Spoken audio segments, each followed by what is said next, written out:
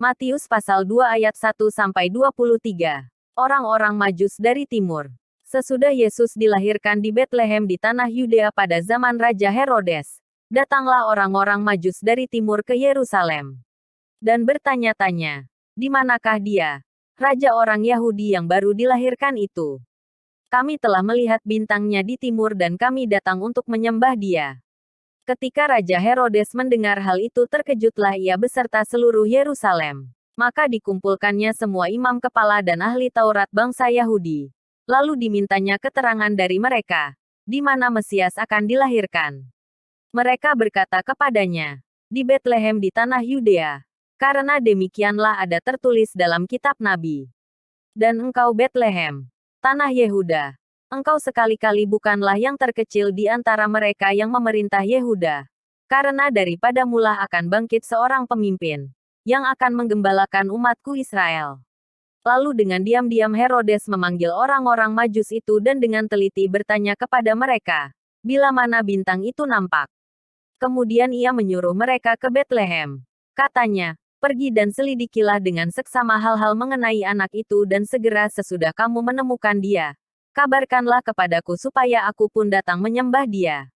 Setelah mendengar kata-kata raja itu, berangkatlah mereka. Dan lihatlah, bintang yang mereka lihat di timur itu mendahului mereka hingga tiba dan berhenti di atas tempat, di mana anak itu berada. Ketika mereka melihat bintang itu, sangat bersukacitalah mereka. Maka masuklah mereka ke dalam rumah itu dan melihat anak itu bersama Maria, ibunya, lalu sujud menyembah dia.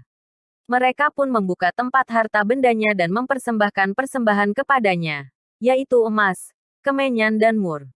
Dan karena diperingatkan dalam mimpi, supaya jangan kembali kepada Herodes, maka pulanglah mereka ke negerinya melalui jalan lain.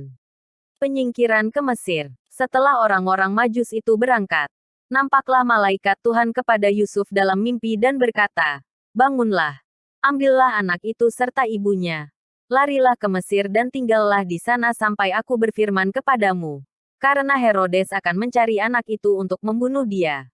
Maka Yusuf pun bangunlah. Diambilnya anak itu serta ibunya malam itu juga, lalu menyingkir ke Mesir dan tinggal di sana hingga Herodes mati. Hal itu terjadi supaya genaplah yang difirmankan Tuhan oleh Nabi, "Dari Mesir kupanggil anakku."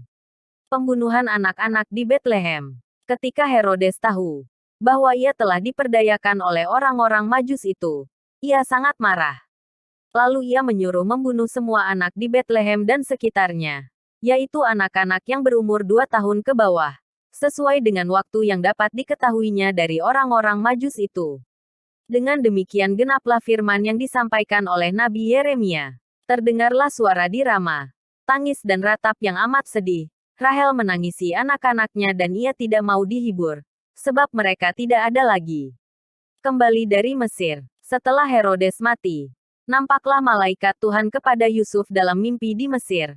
Katanya, "Bangunlah, ambillah anak itu serta ibunya dan berangkatlah ke tanah Israel. Karena mereka yang hendak membunuh anak itu, sudah mati." Lalu Yusuf pun bangunlah. Diambilnya anak itu serta ibunya dan pergi ke tanah Israel.